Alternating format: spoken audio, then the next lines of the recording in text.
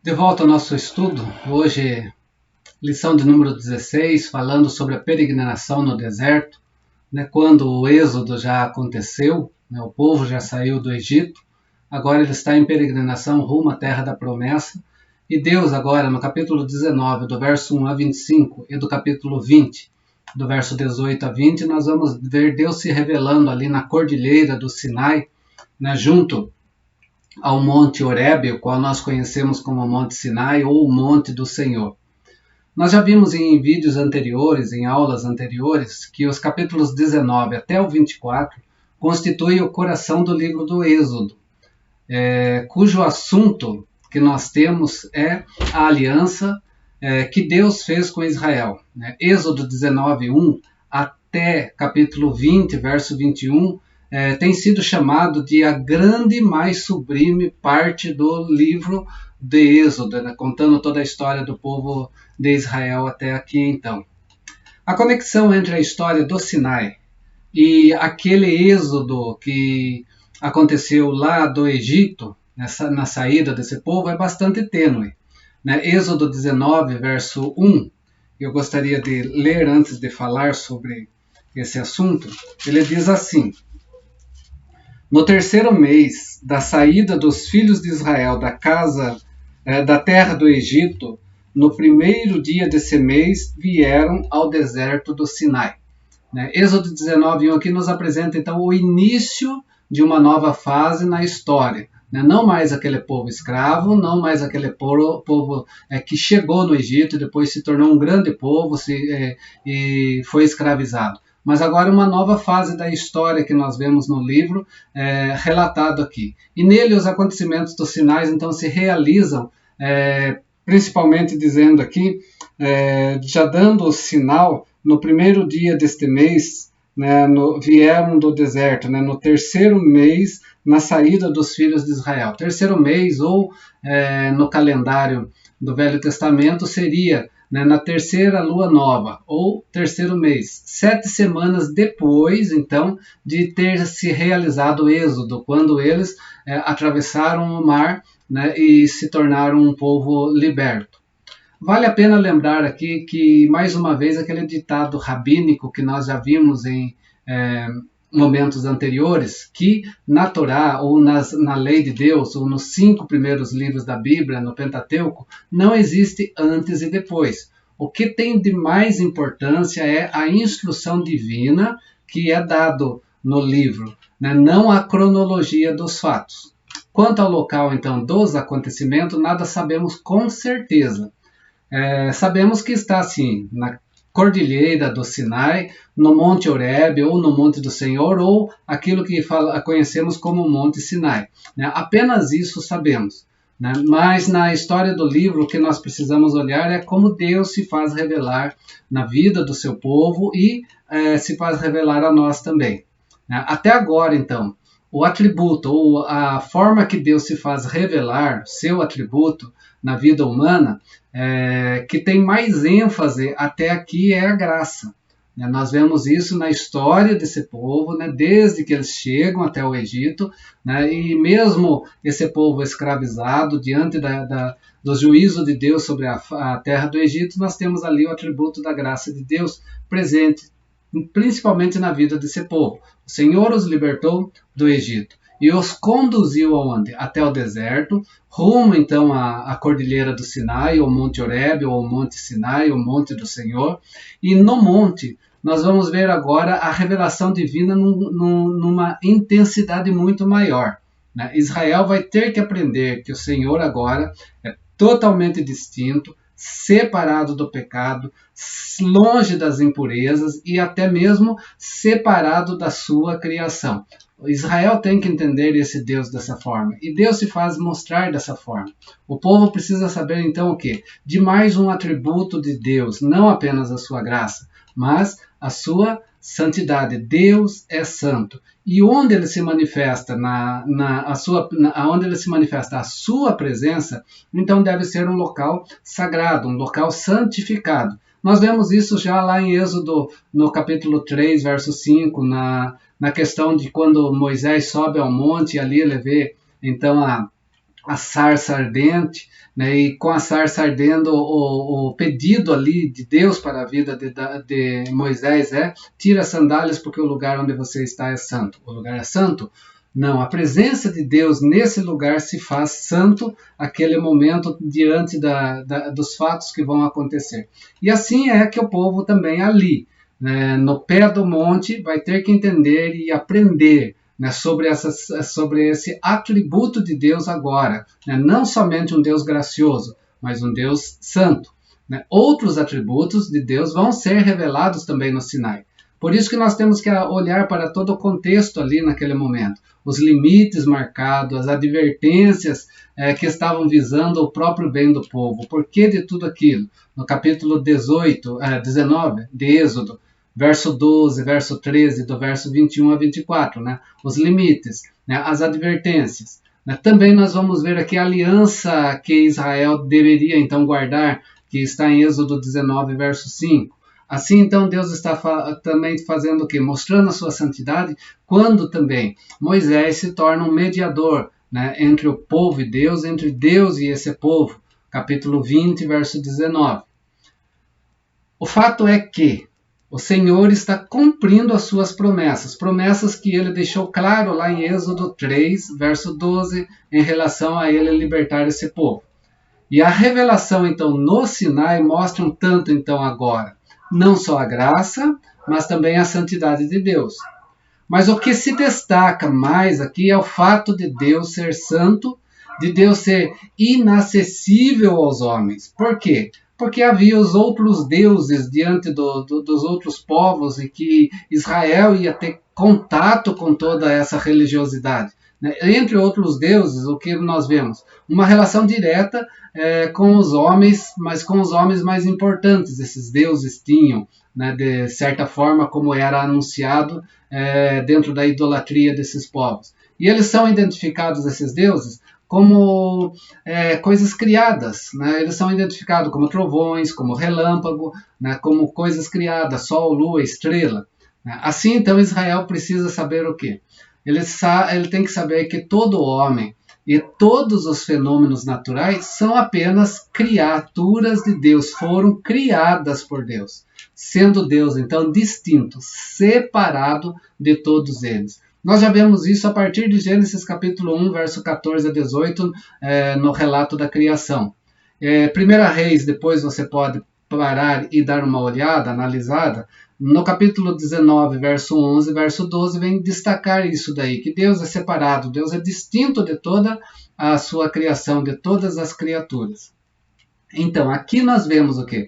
Deus se aproximando do seu povo, também numa relação especial, né? E ele faz isso agora, né? Não de forma extraordinária como foi na libertação, consoante aquelas 10 pragas. Ele faz agora através da sua palavra.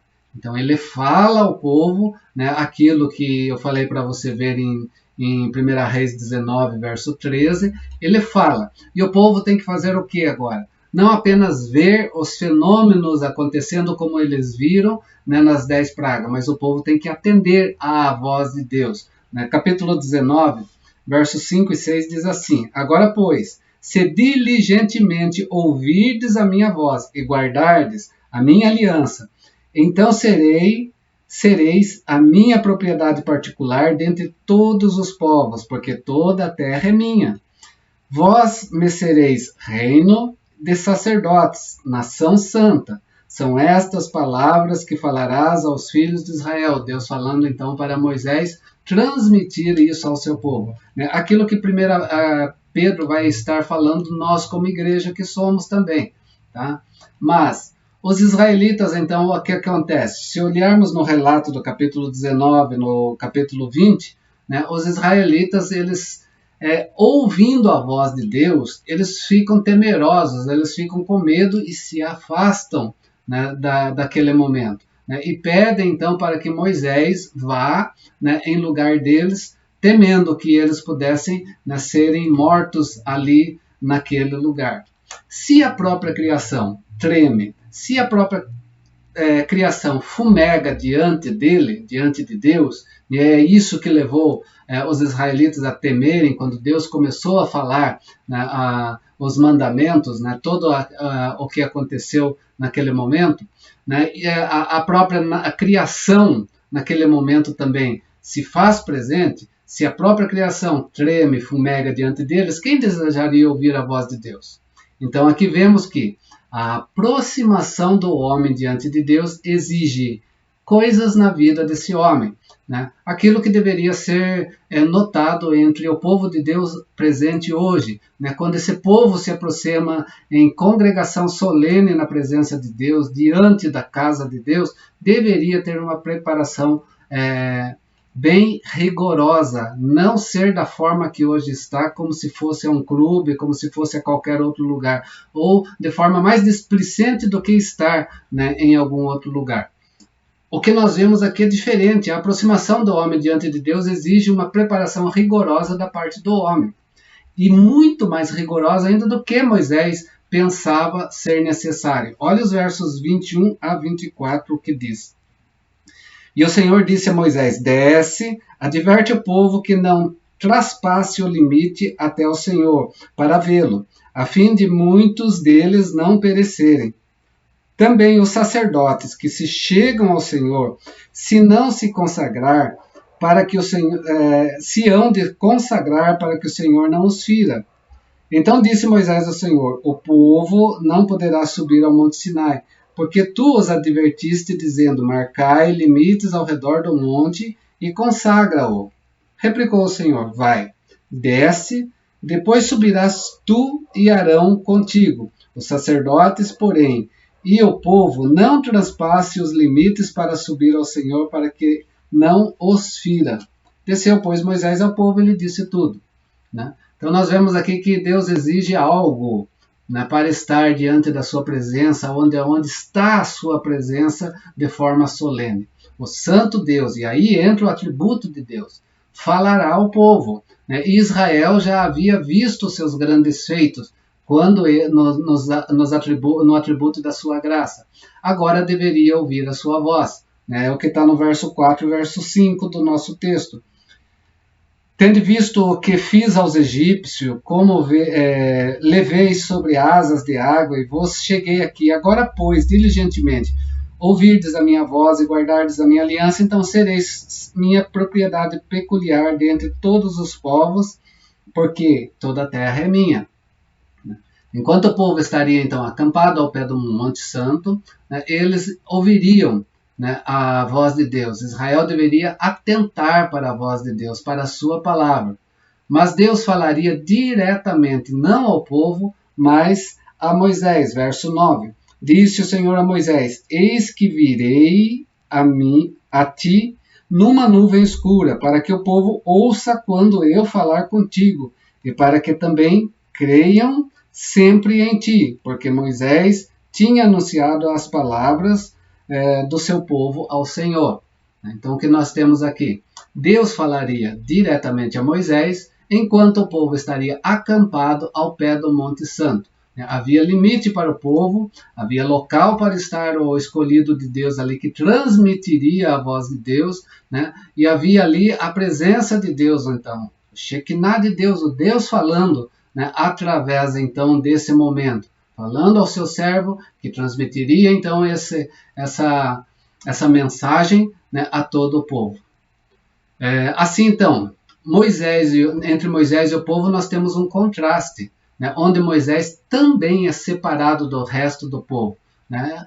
Às vezes a gente acha difícil essa questão hoje dentro do contexto eclesiástico. No contexto eclesiástico, há um local de adoração a Deus que deve ser santo também, e esse local tem que ser respeitado por todo o povo. Há um limite, né, para esse povo, né, estar ouvindo a voz de Deus, porque diante desse povo também estará o anjo do Senhor, o mensageiro do Senhor, o seu escolhido para transmitir a palavra de Deus a esse povo, né, que também deve estar em santidade diante de Deus, que ouvindo Deus, transmite a voz desse povo. É uma questão solene que nós temos aqui do Velho Testamento, né? Embora se levantou umas questões polêmicas se existe culto solene, né, ou não a presença de Deus. Isto é uma solenidade diante de Deus. Existe, existiu e existirá, porque é Deus que faz o seu chamamento, e é Deus que coloca a sua vontade para que o povo possa viver de acordo com a sua vontade.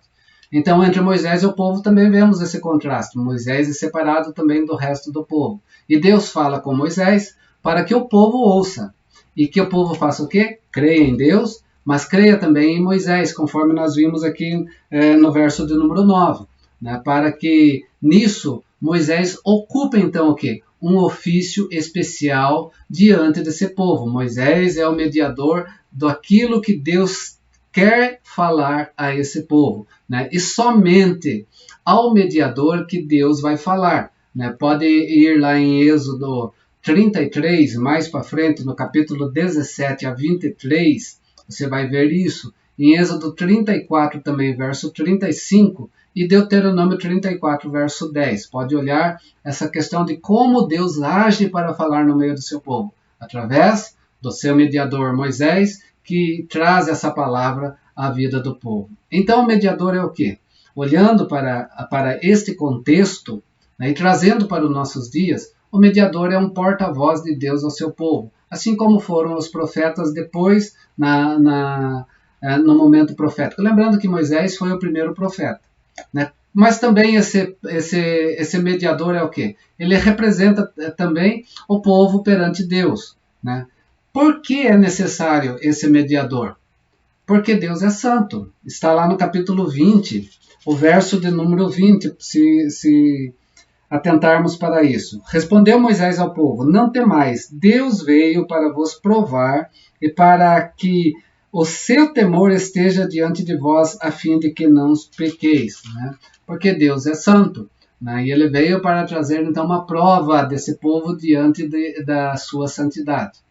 Moisés aceita o ofício de mediador, nós vemos aqui, quando ele executa essa ordem de Deus, né? O verso do capítulo 20, né? O verso de número 20. Respondeu Moisés ao povo: não temas, Deus veio para vos provar, para que o seu temor esteja diante de vós, a fim de que não pequeis. Por quê? Verso 22. Então disse o Senhor a Moisés: assim falarás aos filhos de Israel, viste que dos céus eu vos falei. Então nós vemos essa mediação que está aqui sendo acatada também, recebida por Moisés, entendida em Moisés, e ele faz isso. Ele recebe a lei, ele age na retificação da mesma, ele leva isso perante o seu povo. Conforme o capítulo 19, então, nos versos 4 a 6, a libertação do Egito serviu a esse propósito mais amplo de Deus. Né? Qual o propósito? Ele quer que Israel seja o seu povo. Assim, então, Deus mantém uma relação especial com esse povo, estabelecendo, então, uma aliança, um pacto, né? Um contrato, um acordo com esse povo. Deus já havia estabelecido uma aliança, né, no período patriarcal, com os pais de Israel, né, não com a nação, mas com os pais. Né, nós vemos isso já lá em Êxodo 3, verso 6, verso 10, né, versos 13 a 17. Se for em Êxodo capítulo 3, nesses versos você vai encontrar. Né, no capítulo 6, do verso 2 a 8, né, nós vemos que Deus lembra dessa aliança que Deus fez com quem? Com os pais, né, no período patriarcal. E por meio dessa aliança, então, ele tornou agora Israel o seu povo.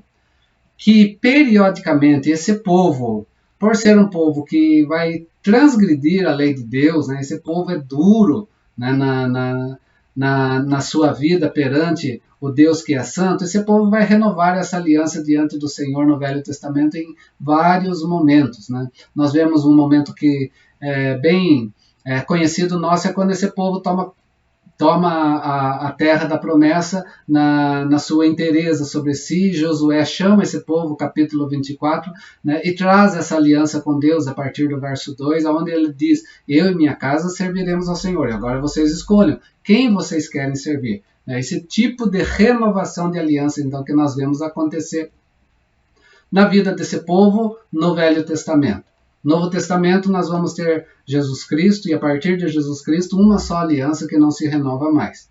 Ok? Então nós temos aqui uma linguagem da renovação da aliança que nós encontramos então no capítulo 19, verso 4 até o verso 8. Onde nós vemos o quê? No verso 4, a proclamação dos grandes feitos de Deus, que ele lembra esse povo. Nos versos 5 a 6, as condições que Deus vai colocar para a aliança com esse povo. E versos 7 e 8, a esse povo aceitando essa aliança para com Deus. No livro de Deuteronômio, que é a segunda lei, né, a repetição de toda a lei mosaica, né, a lei de Deus, a expressão minha aliança refere-se ao quê? Refere-se aos 10 mandamentos, ou ao decálogo, né, que não está aqui ainda nesse momento no capítulo 19. Né? Por quê? O decálogo ele não está apenas no capítulo 20 que vai acontecer, ele já era presente nos patriarcas, já era presente em Adão, já era presente desde que o homem está sobre a face da terra. Né? Chamada lei moral de Deus, que é presente até hoje nas nossas vidas. Êxodo 19, verso 5, então, diz assim para nós. Lembrando, agora, pois, se diligentemente ouvirdes a minha voz e guardardes a minha aliança, então sereis minha propriedade particular. Então, esse povo tem que ouvir e guardar. Né? O que se implica isso no nosso contexto? Na responsabilidade da parte do povo diante de Deus. Por Deus ser santo, o povo tem que aprender que ele também precisa ser santo. É isso que Levítico depois vai falar e o Novo Testamento vai ratificar, né, essa expressão. Sede santo porque eu sou santo, diz o Senhor. Deus santo na sua pureza total e o homem, mesmo caído, viver uma vida de santificação. Buscar viver esse processo de santificação sempre na presença de Deus. Assim Israel então é chamado para ser o quê? Reino de sacerdotes, que nós vimos aqui, separado dos demais povos para ser o quê? Uma propriedade particular de Deus, o seu povo, né? Esse povo que se chama pelo meu nome, esse povo, o povo escolhido por Deus, que hoje, segundo 1 Pedro, é a igreja. Somos nós, esse povo sobre a face da terra. Nós somos essa nação santa, nós somos esse reino, né, de sacerdote, ou reino sacerdotal na presença de Deus, separado como uma propriedade particular, peculiar de Deus sobre a face da terra. Nós somos esse povo. Só nós conseguimos ser felizes como nação, porque nós temos Deus como Senhor da nossa vida e nós levamos o seu nome. Não atribua isso, por favor, a nenhuma nação sobre a face da terra, porque isso não cabe a nenhuma nação sobre a face da terra. Isso cabe para a igreja. Vamos reconhecer isso e vamos nos colocar no lugar que nós estamos aqui na face da terra como peregrinos, sua igreja. Os feitos de Deus, então, teriam que ser vistos agora nas suas palavras, e essas palavras deveriam ser obedecidas. Então, uma aliança com Deus tem condicionais. Havia uma condição. Qual condição? Dependia da obediência do povo diante de Deus. Deus toma a iniciativa, Deus estabelece a aliança, mas depende desse povo também, conforme o verso 5 que nós vemos, se esse povo quer ser esse povo peculiar, quer ser essa nação de sacerdócios na presença de Deus. Existe esse contexto aqui também. O povo deveria ser santo. E a mensagem de toda a preparação exigida que nós temos no capítulo 19 também é levar esse povo a entender como esse povo deveria ser santo diante de Deus, através das leis, através dos mandamentos, né, que teria que ser visto também, tanto a lei como os mandamentos, como santidade, né, como forma santa de estar na presença de Deus. Né. Isso nós vamos ver num contexto bem amplo aqui, que começa no capítulo 19, 1 e vai até Números, capítulo 10, verso 10. Então, é bem amplo, mostrando como esse povo pode se portar de forma santa perante Deus. Por quê? Porque Deus prova Israel. Prova Israel para verificar se esse povo vai aceitar essa responsabilidade diante da aliança, conforme nós vimos no capítulo 20, verso 20. Para ver se esse povo então responde em fé, responde em obediência, para que só assim esse povo possa participar dessa aliança estabelecida por Deus. Então, olhando também para Êxodo capítulo 20, verso 20 principalmente, aliança e lei são inseparáveis também. E é isso que nós vamos continuar analisando a partir daqui agora, né, com relação às leis de Deus, que começa com o decálogo, com o relembrar os mandamentos. Para nós, a Igreja de Jesus Cristo, que vive essa aliança com Deus também através de Cristo Jesus, uma aliança agora eterna em Cristo Jesus, 1 Pedro capítulo 2, 9, entenda isso diante da nação a qual você está. Embora esteja, você não faz parte, porque você é uma nação dentro dessa nação. 1 Pedro 2,9, vós, porém, sois raça eleita, sacerdócio real, nação santa, povo de propriedade exclusiva de Deus, a fim de proclamardes as virtudes daquele que vos chamou. Né? Diante dessa realidade que nós temos de reconhecer que nós somos o povo santo de Deus, nós somos uma nação santa, e para isso nós vivemos em santidade porque ouvimos e obedecemos a Deus, né? Então nós somos essa propriedade exclusiva de Deus em Cristo Jesus, porque a igreja é dele, né? Eu edificarei minha igreja, diz Jesus Cristo, é dele. Nós temos um compromisso, proclamar as virtudes daquele que nos chamou. Quem nos chamou? Cristo Jesus. Né? Nós somos chamados em Cristo, diante do Pai, para sermos esse povo santo sobre a nação brasileira. Então vamos proclamar Cristo e não outros Cristos, e nem seguir outros Cristos, porque nós não pertencemos a este mundo. Nós não somos desta nação. Nós somos uma nação de Deus, um reino que está e que virá. Então vamos viver essa realidade, meus queridos, na presença de Deus, para nós não cairmos em idolatria. Idolatria não é só olhar para imagens, idolatria é aquilo que você faz também diante disso que nós acabamos de ver aqui em 1 Pedro capítulo 2, verso 9. Deus te abençoe, forte abraço, nós prosseguiremos no estudo da palavra do Senhor. Espero que compreenda, tenha alguma dúvida, me procure, ou procure o anjo do Senhor que está diante de você, o pastor que Deus escolheu para estar diante de você, também para sanar essas dúvidas e que Deus possa usá-lo poderosamente na sua vida. Fica com Deus, até a próxima.